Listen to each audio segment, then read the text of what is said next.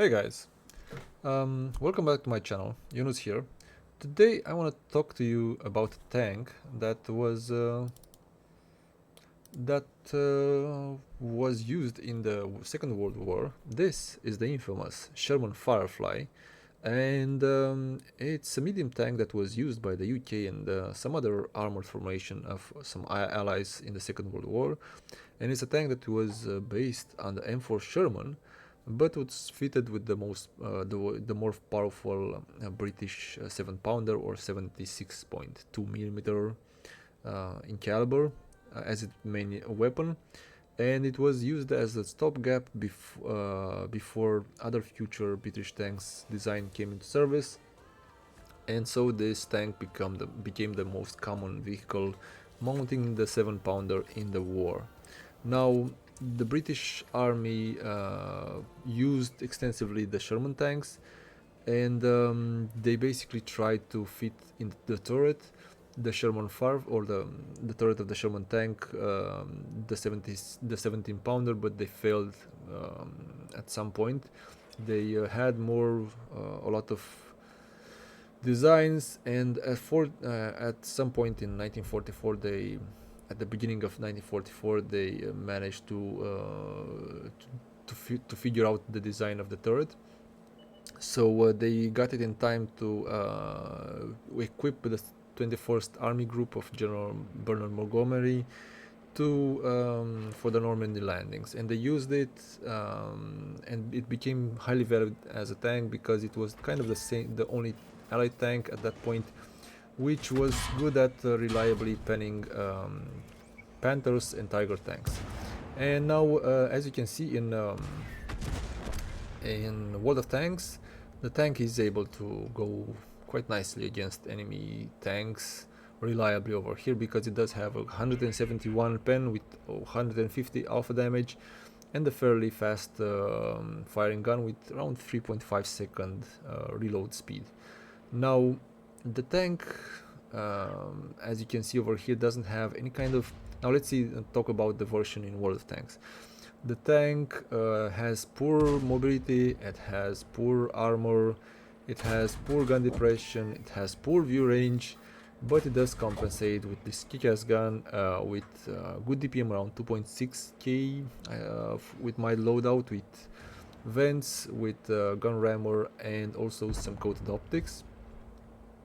And it can also use the volt stab, but I would highly encourage you to use coated optics, because at lower tires, if you can spot enemy tanks, you'll be able to do quite a bit of damage against them. So as you see in this game over here, I'm using the gun at fairly long range. It reloaded in around 1.8 seconds, so it's pretty good at what it does, or it reloads pretty fast. And the dispersion, for me at least, it's around 0.33, so it's also decentish good. Camo isn't the worst, isn't the best, it's around 27 with a good crew for me. And yeah, it's a tank that, as you can see over here, it has the Tog gun, or the Churchill Mark 7, I think, and also the Black Prince gun, which is the 150 alpha damage gun with really good pen for its tire. It's good, it's fast, it's accurate, and it does quite a bit of damage. The problem is the alpha is lacking, and as you can see, the bloom is decently high over here. However, if you manage to use the gun consistently and fire extensively, it will do quite a bit of damage against lower enemy targets. One bad thing about this tank is that due to the fact that it has basically no armor, it has around 50 armor because it's a Sherman tank in the end, the RT does quite a bit of damage against you. It does damage. Yeah, so right now, as you can see, another 200 and something damage. So in 2 shots, it will get you to be one-shottable by most enemy tanks. And then we get to the HP pool. The HP pool on this tank, it's around it's 840, which is a fairly mediocre standard HP pool for a medium tank. and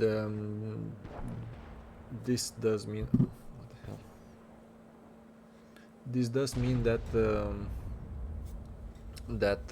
gun the you will gonna be left if you get shot at. You don't really have too many chances of surviving. The one other thing is that if you're playing with this tank with the broken engine, the mobility is absolutely atrocious. It's absolutely atrocious. But if you do manage to use the gun consistently and fire at enemy targets, then yeah, the tank works, and it works well. It's like a Chromer but without the mobility. Actually, it's the most accurate comparison that I can have. It's like the Chromer without the mobility, which is bad because you don't have the gun depression and you don't have the mobility of the Chromer, but you do have all the other attributes: the good gun, the good gun characteristics, the good alpha, the better alpha than the Chromer actually. And yeah, at tier 6 it does tend to work. It doesn't work the best, but it works decently well. So I think, as you can see in this game over here, if you're top tier, you can actually bully quite a number of enemy tanks.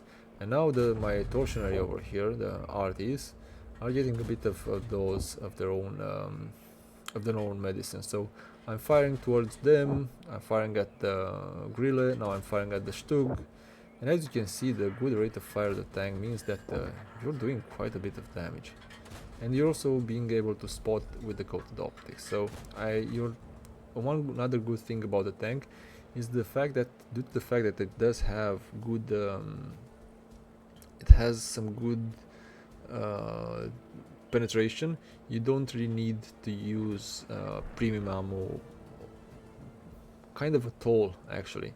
If you use premium ammo, it's only against tier 8s, and you do have a good chance of actually going through tier 8s, because honestly 239 premium ammo, that's good, that's really good. Now this was a battle in which this tank actually excelled from over here, because this central position is the position that dominates the entire game, and if the enemy tanks are trying to push and you manage to get flanking shots like I did in this game, it becomes a lot easier. And even a broken clock or a broken duck like this tank can actually work decently well. Now yeah, but as you're seeing over here, it worked fairly well. And let's go to see the final stats, and then we'll wrap up the video, because I think this was a pretty decent exposition of what this tank could do, the good, the bad, and also the ugly of the tank. Now like being said, let's go to the final game stats, and then we'll wrap up the video.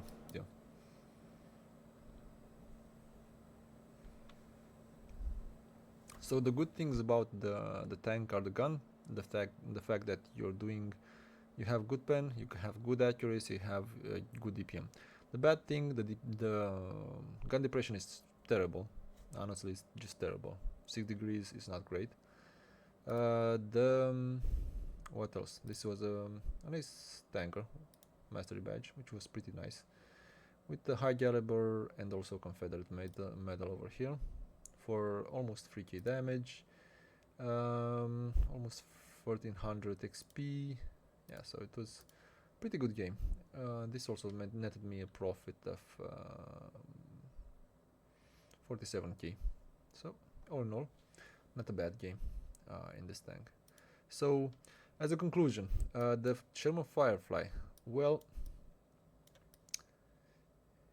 it's not a bad tank, you know, it's not a bad tank per se, but it can't do too much or anything in a tier 8 game. It can use its gun to pen some tanks because it does have fairly good penetration and a fairly accurate gun. So if you're playing as a support tank in a tier 8 game, then you'll be able to do a bit of damage. You're not gonna sustain yourself too much in the game, because with it at 840 HP, that's not gonna be great. With 13 specific power, those are rookie numbers, mate. Those are numbers for heavy tanks. With the 33 weight limit, being a Sherman, it's not gonna be all that great as well. 40 top speed, again, not great. Armor, non-existent. Let's move on. So, all in all, if you use coated optics, then you can get to 450 view range with a good crew, because the base view range in this tank is bad. It's 370, which is just bad. So yeah, you have a good gun. That's about it. And sometimes you'll be able to have some good games in the tank. All in all, for a tier 6, it's okay. Yeah, it's an okay tank. It's 3 out of 5 Joe average, and that's about it. 3.6, let's say. So yeah, I do hope that this brought a bit of the Sherman Firefly vibe with the whole Operation Overlords, with the missions and all of that, for you guys. And that being said, thanks a lot for watching me. I hope you did enjoy this video, and I'll see you in the next one. Bye now.